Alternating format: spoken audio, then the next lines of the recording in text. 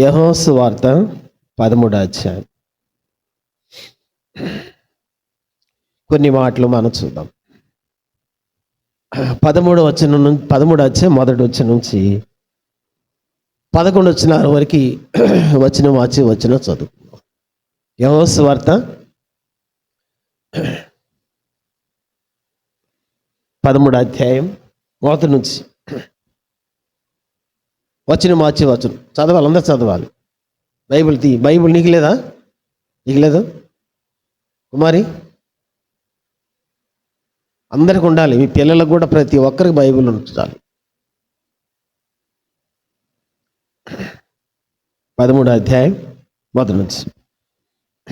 తాను ఈ లోకము నుండి తండ్రి యొద్దకు వెళ్ళవలసిన గడియ వచ్చినని యేసు పస్కా పండుగనకు ముందే ఎరిగిన వాడై లోకములున్న తన వారిని ప్రేమించిన రీతిగా వారిని అంతం వరకు ప్రేమించాను.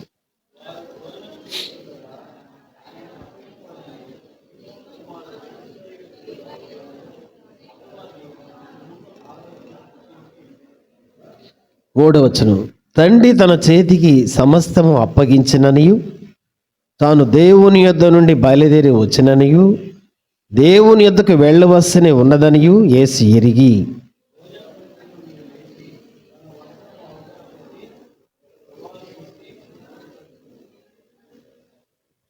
అంతటా పళ్ళెములో నీళ్లు పోసి శిష్యుల పాదములు కడుగుటకును తాను కట్టుకొని ఉన్న తువాలుతో తుడుచుటకును మొదలుపెట్టెను.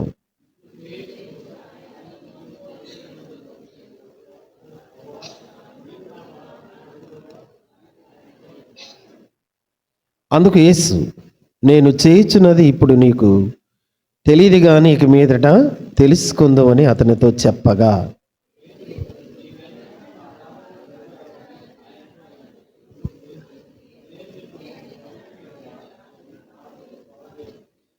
సీమోను పేతురు, ప్రభువా, నా పాదములు మాత్రమే కాక నా చేతులు నా తల కూడా కడుగుమని ఆయనతో చెప్పాను.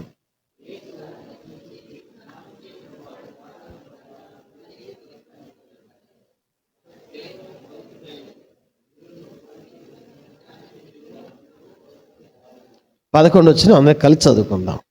తన్ను అప్పగించు వానిని ఎరిగిన గనుక మీలో అందరూ పవిత్రులు కారని ఆయన చెప్పాను. యేసుక్రీస్తు ప్రభువారు 12 అధ్యాయాల వరకు, మొదటి నుంచి 12 అధ్యాయాల వరకు ప్రజలతో తిరుగుతూ ఉన్నారు.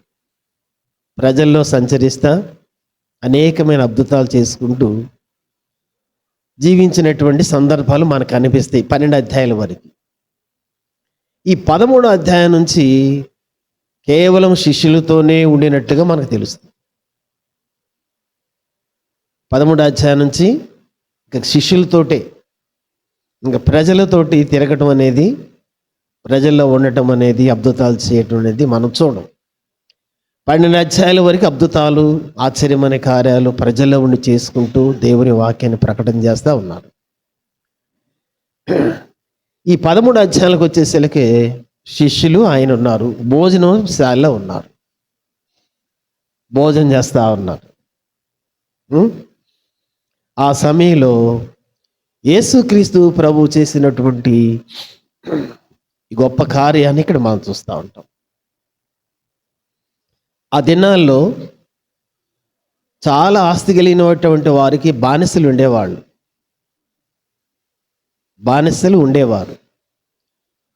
వారు ఎక్కడికైనా వెళ్ళొచ్చారు అనుకోండి, ఈ ఆస్తి కలిగినటువంటి వారు కుర్చీ మీద కూర్చుంటారు. బానిస వచ్చి ఒక అతను చెప్పులు తీసేస్తాడు. ఆ చెప్పులు అతను తీసేసి దాచిపెడతాడు, శుభ్రం చేస్తాడు. ఇంకొక అతను వచ్చేసి ఆయన కాళ్ళు శుభ్రం కడుగుతాడు. ఎవరా పనిచేసేది? బానిస. వేరే వాళ్ళు ఎవరు చేయరు, ఈయన వచ్చి కూర్చుంటాడు అంతే. ఆ చెప్పులను తీసేస్తాడు. అప్పుడు ఆ దినాల్లో వార్లు, మనలాగా ఇప్పుడు చెప్పులు ఉండవు. ఆ చెప్పులు ఇప్పుతాడు ఒక అతను, వేరే ఒక అతను వచ్చి ఏం చేస్తాడు, ఆ కాళ్ళుని కడిగేస్తాడు. భోజనశాలలో ఈ యొక్క చక్కగా అందరూ భోజనం చాలా కూర్చున్నారు. యేసుక్రీస్తు ప్రభువారు ఉండినట్టు ఉండి ఏం చేశారంటే లేచారు. లేచి తన అంగీని తీసేశాడు.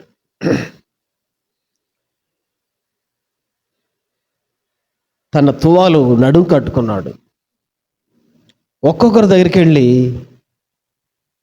ఆ ప్లేట్లో నీళ్లు పోసి జగ్గు తీసుకొని కడుగుతా ఉన్నాడు. వాళ్ళు ఆశ్చర్యపడ్డారు. ఏంట్రా, వాళ్ళకి అందరికి ఆశ్చర్యం వేసిపోయింది, ఆశ్చర్యం అయిపోయింది. ఎందుకంటే ఈయన గురువుగారు, మహాదేవుడు, మహోన్నతుడు, ఆయన కాళ్ళు కడటం, మనం కాళ్ళు కడగలం, ఆయన కాళ్ళు కడటం ఏంటని ఆశ్చర్యపోతున్నారు. వాళ్ళందరికీ ఆశ్చర్యం వేస్తూ ఉంది. అంతే కదండి.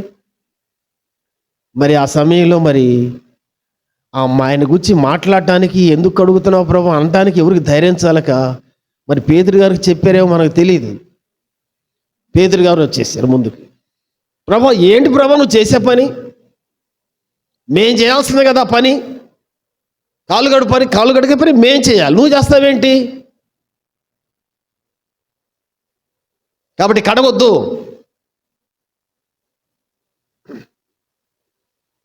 పేతురు పెద్దవాడు, కాస్త మంచి మాటకారి, అందరిలో శిష్యులందరిలో పెద్దవాడు. ప్రతిదానికి ఆయన్నే శిష్యులందరూ ముందు పెడతా ఉంటారు. చక్కగా మాట్లాడగలరు కదండి, చక్కగా మాట్లాడగలరు. కొంతమంది చేస్తుంటారు కదా, కొంతమంది ఎవరు మాట్లాడగలరు, ఎవరు పోగలరు, ఎవరు చేయగలరు అనుకుంటారు. ఫలాని వ్యక్తి అవుతాను. అది పేతురు గారు. శిష్యులందరిలో పెద్దవాడు, మాటకారి, ప్రతి దాంట్లోకి ముందుగా ఆయన్నే ఉంచేవారు. ఇప్పుడు కూడా ఆయన్నే ఉంచారు కదండి. సేవ చేసేటువంటి పని బానిసలు కదా, నువ్వు చేస్తావేంది ప్రభువా? నువ్వు చెయ్యకూడదు, మాకు చెయ్యి, మాకు మేం చేస్తాం.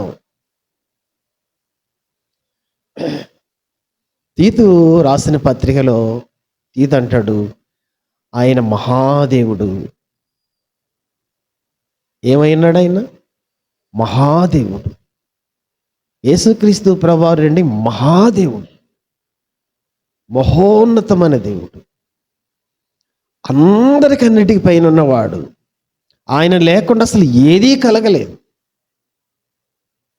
సమస్తం ఆయన మూలం కలిగినాయి. తండ్రి కూడా అంటాడు యేసు ప్రభువుని దేవా అని పిలుస్తాడు, ప్రభువా అని పిలుస్తాడు. తండ్రి కూడా పిలుస్తాడు యేసు ప్రభువుని. అంతగా హెచ్చించాడు యేసు ప్రభువారు, హెచ్చించబడ్డాడు. యేసుక్రీస్తు ప్రభువారు ద్వారాగానే తండ్రి ఎవరినైనా అంగీకరించేది, లేదా అంగీకరించదు. అంత ఉన్నతమైన దేవుడు అసలు ఏంటి ఆ కాళ్ళు కడగటం ఏంటి? అసలు అర్థం కాదు ఈ విషయాలు మనకి. ఆయన మహాదేవుడు, మహోన్నతమైన దేవుడు, పరిశుద్ధమైన దేవుడు, ఏ మచ్చ ఏ పాపం లేని దేవుడు. అసలు కాళ్ళు కడగటం ఏంటండి?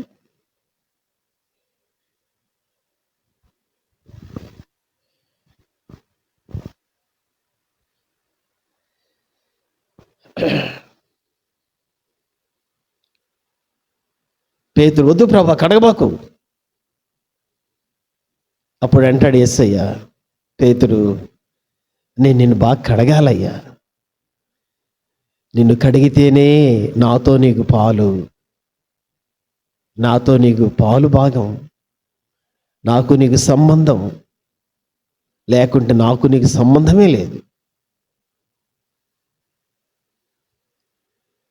అసలు ప్రభు చూడండి, అసలు పేతునే కాదు, ఇదేనా నిన్ను నన్ను కూడా కడిగాడు. ఆయన కడగకపోతే మనకు దిక్కు దశ ఉండదండి. మన ప్రతి పాపమును కడిగాడు క్రీస్తు రక్తము ద్వారాగా. ప్రతి పాపమును కడిగాడు. ఆదాము ద్వారాగా వచ్చినటువంటి ప్రతి పాపమును బట్టి మనం నాశనానికి పోవాల్సిన వారమే. అందరూ నాశనానికి పోవాల్సిన వారమే. ఏకముగా అందరూ పనికి మాలిన వాళ్ళమే. అయితే యేసుక్రీస్తు ప్రభువాన్ని బట్టి ఈ దినాన మనల్ని నీతిమంతులుగా చేశాడు, నిరపరాధులుగా చేశాడు. నా ప్రతి పాపానికి అడిగాడు, నీ ప్రతి పాపానికి అడిగాడు, సిలువలో కడిగాడు. సిలువలో బలైంది, అందుకే కారణం. సిలువలో మన కోసం చనిపోవటం కారణం అదే.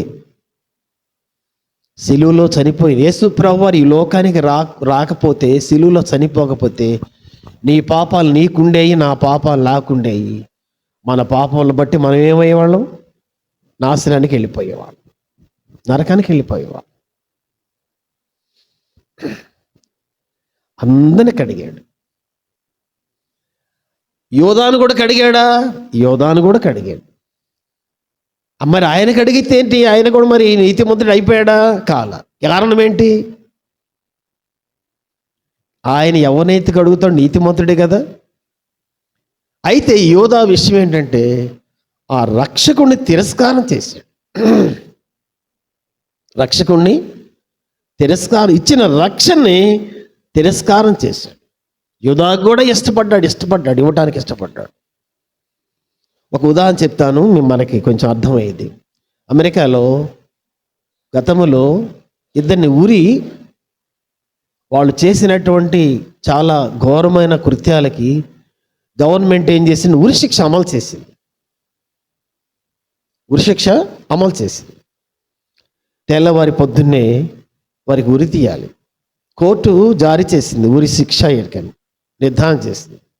అయితే దాన్ని రద్దు చేయటానికి ఒక్క ప్రెసిడెంట్కి అధికారం ఉంటుంది. దాన్ని రద్దు చేసే హక్కు ఒక్క ప్రెసిడెంట్కే ఉంటుంది, ఎవరికి లేదు. కోర్టు కూడా ముద్రేసిన దాన్ని ప్రెసిడెంట్ రద్దు చేయొచ్చు, ఇంకెవరికి లేదు హక్కు.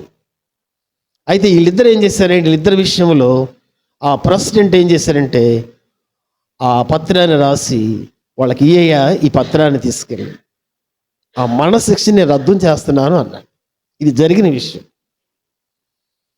వాళ్ళు ఆ పత్రం తీసుకున్నారు, దాన్ని చించి పడేశారు, అంగీకరించలే.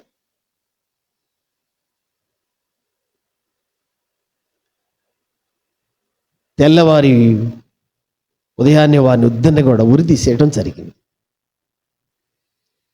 అదే పత్రాన్ని తీసుకొని, ఇదిగో ఈ పత్రం మాకు అధికారపూర్వకంగా మాకు ప్రెసిడెంట్ రాష్ట్రపతి ఇచ్చేసాడు, తీసుకోండి అంటే మరణశిక్ష రద్దు అయిపోయేది.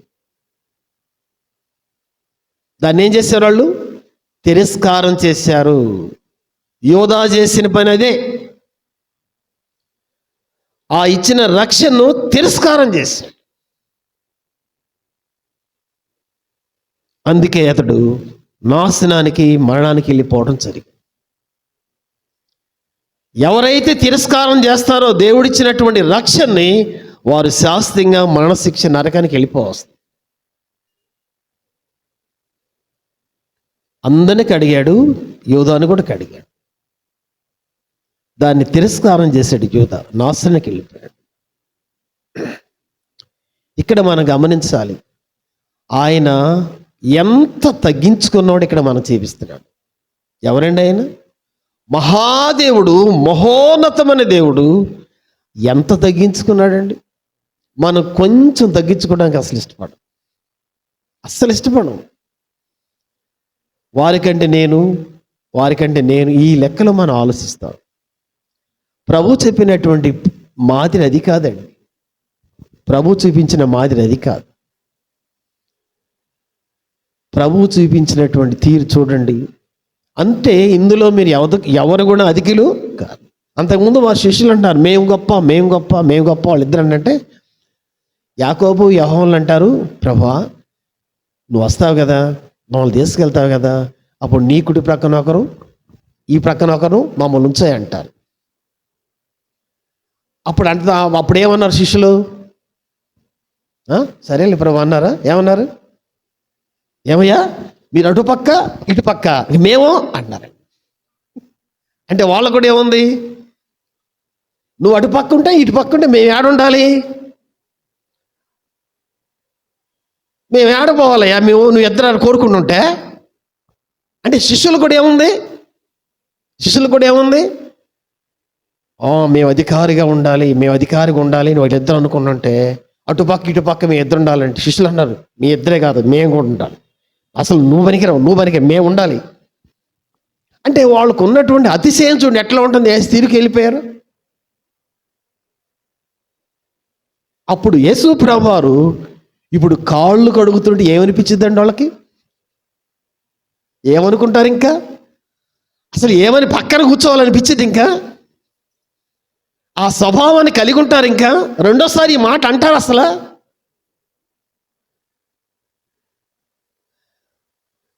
దేవుని బిడ్డలారా, మనం అందరము ఒక్కసారి యేసు ప్రభువుని జ్ఞాపకం చేసుకుంటుండాలండి. ఏ పని చేస్తున్నా సరే, ఏ పనన్నా చేయని, బానిస చేసే పని యేసు ప్రభు చేశాడండి. బానిస చేసే పని యేసు ప్రభు చేశాడు. అసలు నువ్వెంత, నేనెంత అండి? మనం ఎంత? అసలు ఎక్కడైనా అతిశయించడానికి వీలుంటుందా మనకు కొంచెమైనా? ఇది నేను ఇంత మిగులు అని చెప్పడానికి ఏమన్నా మనకు ఉందా ఆస్కారాలు? మహాదేవుడు, మహోన్నతమైన దేవుడు ఈ స్థితికి వెళ్ళిపోతే అసలు మనం ఎట్లా ఉండాలండి? మత్తయి సువార్త చూడండి, 20వ అధ్యాయము 28వ వచనం చదవండి.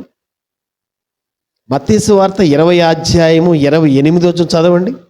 చదవండి ఒక మాట. 20వ అధ్యాయము 28వ వచనం చదవండి.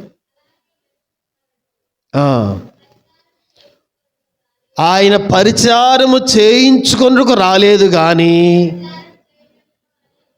పరిచారము చేయుటకును అనేకులకు ప్రతిగా విమోచన క్రయధనముగా. చూసారండి ఎందుకు వచ్చారండి? యేసు ప్రభువారు వచ్చిన తీరేందుకు? మనిషి కుమారుడు పరిచారం చేయించుకోవడానికి రాలా. ఈ దినాల్లో పరిస్థితులు వేరుగా ఉన్నాయి. మే ఫాదరమి, మే పాస్టర్మి, మాకు మీరు పరిచర్య చేయాలి, మాకు మీరేం చేయాలి? పరిచర్య చేయాలి. మేము ఫాదర్లు, మేము బిషప్లు, మేమంతా, మేమింత. యేసు ప్రభువారి యొక్క స్థితిని చూస్తుంటే అసలు మాట్లాడవచ్చు అండి? దేవుడు యేసుక్రీస్తు ప్రభువారి శిష్యులకు కూడా చెప్పాడు, మీరు సేవకులు, సేవ చేయడానికి పంపిస్తున్నాను నేను, మీరు సేవ చేయించుకోవడానికి కాదు.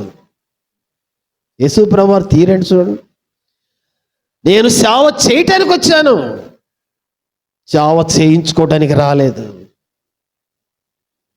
ఇది సంఘములో ఉన్నటువంటి ప్రతి ఒక్కరు ఈ మాట మనం గుర్తుపెట్టుకోవాలండి. బ్రతికినంత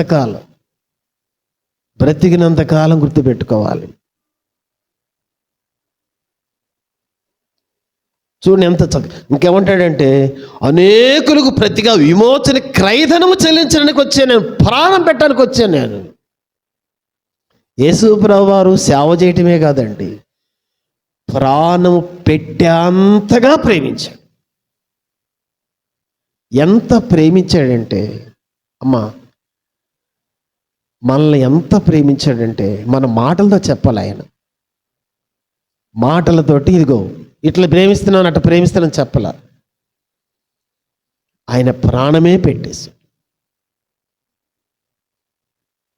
ఆయన శిలువలో ప్రాణం పెట్టకపోతే, ఆ రక్తాన్ని కాచకపోతే మనమందరం మన పాపములో ఉండి చనిపోవాల్సిందే, నరకానికి వెళ్ళిపోవాలి. ప్రాణం పెట్టడానికే వచ్చాడు. ఎంత స్తుతించాలండి ప్రభువుని. మహాదేవుడు. అసలు రావాల్సిన పనే ఉంది ఆయనకి, రావాల్సిన అగత్యమేమీ లేదు ఆయనకి. పోతే పోయాలనుకుంటే అంత నాశనంగా వస్తున్నాం మనం నాశనం కాబట్టి ఇష్టం లేక ఈ లోకానికి వచ్చి ప్రాణం పెట్టాడండి. లూకాసు వార్త 22:27 కూడా చూడండి. 22వ అధ్యాయము 27వ వచనం చదవండి. 22వ అధ్యాయము 27వ వచనం. 22:27. గొప్పవాడు ఎవడు? పరిచర్య చేసేవాడా? పంతిని కూర్చుండేవాడే కదా.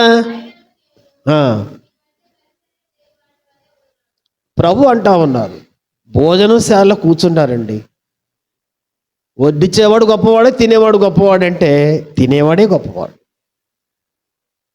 వడ్డించేవాడు పరిచర్య చేస్తా ఉన్నాడు. నేను మీకు పరిచారం చేయటానికే వచ్చాను.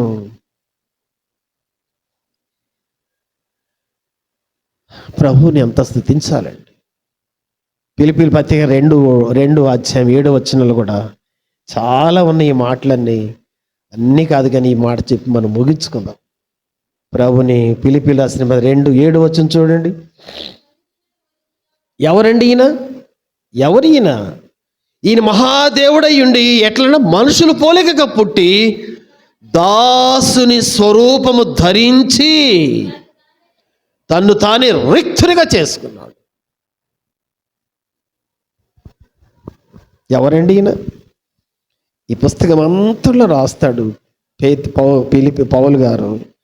ఆయన మహాదేవుడు, మహోన్నతమైన దేవుడు, సర్వాధికారి అయిన దేవుడు, నిరంతరము స్తోత్రాలుడైన దేవుడు. ఇలాంటి దేవుడు ఏ స్థితికి వెళ్ళిపోయాడంట? మనుషులు పోలికగా పుట్టి. ఏ పాటి వాళ్ళమండి మనం? మనిషి అంటే అస్థిరమైనటువంటి వాడు, దేనికి పనికిరాని వాడు. ఒక ప్రతి జంతువుకి విలువ ఉంది కానీ మనిషికి విలువ లేదండి. ఒక జంతువుకి విలువ ఉంది, ప్రతిదానికి విలువ ఉంది, మనిషికి విలువ లేదు. ఇలాంటి పోలికలో పుట్టాడు మహాదేవుడు. ఈ పోలికలోకి రావటం ఏంటి అసలు? సరే వస్తే వచ్చాడు. ఎట్లా ఉన్నాడంట? దాసుని స్వరూపము తీసుకున్నాడు. దాసుని స్వరూపం, దాసుని స్వరూపమును ధరించుకొని తన్ను తానే రిక్తునిగా, అంటే అసలు ఏమీ లేనివాడుగా. నేను చనిపోయాను అనుకోండి, నన్ను తీసుకెళ్ళి సమాధులు దొడ్డున్నాయి మా కోసం ప్రత్యేకించి, ఇక్కడ మీకోసం కూడా ఇక్కడ సిద్ధం చేసి పెట్టారు. అక్కడ మాకు సిద్ధం, చనిపోయిన వెంటనే ఆ సమాధులు దొడ్డు. యేసు ప్రభు వారికి సమాధి కూడా లేదండి, పెట్టడానికి స్థలమే లేదు. నక్కలకి బొరీలు ఉన్నాయి, ఆకాశ పక్షులు గుళ్ళున్నాయి, కానీ మనిషి కుమారుడికి తలవాల్చుకున్నటికైనాను స్థలము. అసలు ఎంత తగ్గించుకున్నాడండి యేసయ్య. ఆయన రాని పక్షములో నా పాపంలో నిన్ను చనిపోయి నాశనానికి పోవలసిన వాడిని ఎంత స్తుతించాలండి, ఎంత ఘనపరచాలి, ఎంత అసలు ఆరాధన చేయాలి మనము. నన్ను కడిగి నిన్ను కడిగి తన బిడ్డగా తన సొత్తుగా చేసుకొని తన రాజ్యానికి వాసునిగా చేశాడు కదా. మహిమాయుక్తమైనటువంటి ఆ సంతోషంలో పాలుబాగులుగా మళ్ళీ చేశాడే. ఏంటి అసలు ఆయన ప్రేమ ఏంటి, ఆయన దయ ఏంటి మన మీద? ఎంత స్తుతించాలండి. ఇక్కడ మనం చూడాలి, అందరి హృదయాలు ఇరిగినటువంటి వాడు. ఆ 11 వచనంలో అంటాడు, అందరి హృదయములు ఇరిగినటువంటి వాడు. వాడు పనికి మాలాడు యూదా, పో, నెట్టే లేదండి. అప్పగిస్తున్నాను తెలుసు. ఏమండి, మన మీద ఎవరైనా జేమ్స్ గారు నన్ను చంపుతాడని తెలిసి నేను ప్రేమించగలనా? మీరు ప్రేమించగలరా? జేమ్స్ గారు నన్ను చంపుతాడని నాకు తెలుసు, ప్రేమించగలనా? ఆయన ప్రేమించాడండి. ఎంత ప్రేమించాడంట? అంతము వరకు ప్రేమించాడు. ఈ యోధా నన్ను అప్పగించబోతున్నాడని శిష్యులకి చెప్పాడు అనుకోండి, ఎట్లా ఉంటుంది పరిస్థితి? తెలుసు కదా ప్రభుకి, ఈ యోధా నన్ను అప్పగించబోతున్నాడు, నన్ను చంపటానికి అన్నాను అనుకోండి శిష్యులతోటి, ఎట్లా ఉండదు పరిస్థితి? ఎట్లా ఉండదండి? ఏమై ఉండేవాడు యోధా? యోధా ఏమై ఉండేవాడు? ఆ శిష్యులు అప్పుడే మలుకుని వేసేసాడు కత్తితోటి, తప్పించుకున్నాడు కానీ చెవు దిగింది, కానీ ఆ యొక్క మలుకుకి కొద్దిగా దిగాస్తుంది కదండి. అప్పుడెప్పుడు చివరిలో, ఇప్పుడైతే ఏకంగా వేసేసేవాడే పేతురు. అవును కదండి, సామాన్యుడు కాదు కదా. నువ్వు యేసు ప్రభువుని అప్పగిస్తావా? నీకు ఎన్ని గుండెలరా, నీకెంత ధైర్యంరా? అయితే యేసు ప్రభువు వారు ఒక్క మాట చెప్పాడా? ఆయన గురించి ఒక మాట అన్నాడా? చెప్పాడు వాళ్ళకైనా? తన హృదయంలో దాచుకున్నాడే కానీ మాట్లాడలేదండి. నిజంగా మనల్ని గురించి మనం ఒకసారి ఆలోచిస్తే, నా బ్రతుకు ప్రభు ఎండగడితే నేను మీ ముందు కూడా నిలబడలేను. నేను నా ప్రతి పాపాన్ని ఆయన కడిగేసాడు కాబట్టి సరిపోయింది. మన పాపాలు కడిగాడు కాబట్టి సరిపోయింది. ఇదేనా మనల్ని నీతిమంతులుగా చేశాడండి. ఆయన్ని మనం ఎంత స్తుతించాలి, ఎంత ఆరాధించాలి, ఆయన ఎంత ఘనపరచాలి. అసలు మనం 7 మాటలు మనం చెప్పుకొని సంతోషించడం కాదు, కానీ యేసు ప్రభువారు ఆ ముందు చేసినటువంటి పనులన్నీ తలుసుకుంటే ఆయన పాదాల మీద పడకుండా మనం ఉండలేము, స్తుతించకుండా ఉండలేము, అసలు మనం ఆరాధించకుండా ఉండలేము అసలు. అందుకనే దావీదు అంటాడు, స్తుతి నీకు తగును అంటాడు. అంటే మేము నీకు రుణస్థులం అంటాడు. అంటే అర్థం ఏంటి? స్తుతించే బాకీ మీకు ఉన్నామని అంటాడు. బాకీ ఉన్నామంటే ఏ బాకీ ఉన్నామంట? ప్రభువుని స్తుతించే బాకీ ఉన్నాం. ఎంత బాకీ ఉన్నాం? బ్రతుకు దినాలని స్తుతించిన బాకీ తీర్చలేము. అందుకని ఆయన ఏమంటాడు అర్థం కాక, రేత్రి పగలు స్తుతించాలి నిన్ను అంటాడు. రేయి పగలు స్తుతించి నీ బాకీ తీర్చుకోలేము. నిజమే, యేసు ప్రభు చేసిన బాకీకి, మనము నిజంగా చేసిన రుణానికి మన బ్రతుకు దినాలన్నీ రేత్రి పగలు స్తుతించిన ఆ బాకీ మనకు తీరదండి. ఆ రుణం మనం తీర్చుకోలేము.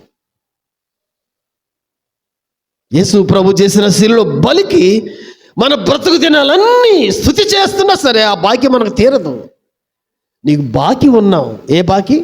స్తుతించే బాకీ ఉన్నావు. మా కోసం చేసిన బలిని బట్టి నేను ఆరాధన చేస్తున్నావు. కాబట్టి ఈ దినమున అందుకనే దావీదుకి అర్థం కాక, ఓ చెట్టులారా, గుట్టలారా, కొండలారా, పర్వతాల స్తుతించండి ప్రభు మహిమను, కనపరచండి నదులారా స్తుతించండి. ఏం అర్థం కావట్లే ఆయనకి. స్తుతించేటువంటి ఆరాధన తట్టుకోలేక, స్తుతించండి నదులారా, కొండలారా, గుట్టలారా, పుట్టలారా, చెట్టు, మీరు కూడా స్తుతించండి ప్రభువుని.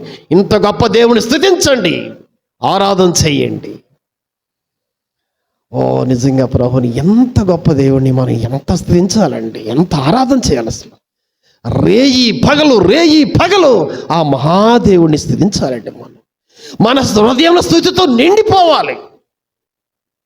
మన హృదయం స్తుతితో మనకి స్తుతి కలిగి ఉండాలి మనసులో. ఇంత గొప్ప దేవుణ్ణి ఎంత ఆరాధన చేయాలండి. మన కోసం ప్రాణం పెట్టాడే దేవునికి మనం ఎంత రుణస్తులము, ఎంత స్థితి చెప్తాం. ఆయన ఘనపరుచుకుందాం, ఆయన ఆరాధన చేద్దాం. ఎంతవరకు ఇప్పటి వరకు మళ్ళీ ప్రేమిస్తానే ఉన్నాడు. తప్పిపోతున్నా, మాట వినకపోతున్నా, యోధాలాగా తిరస్కారం చేస్తున్నా, నెట్టి వేస్తున్నా, పాడైపోతున్నా, వదిలిపెట్టలా, పిలుస్తూ ఉన్నాడు. మళ్ళా తీసుకొచ్చి నిలబెట్టేసి తను మళ్ళా బిడ్డగా చేసుకుని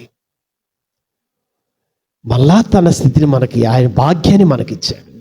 ఎంత స్థితిద్దామండి ఆయన్ని, ఎంతో కనపరచాలి. కాబట్టి మనం గొప్ప దేవుని మనం స్థితిద్దాం.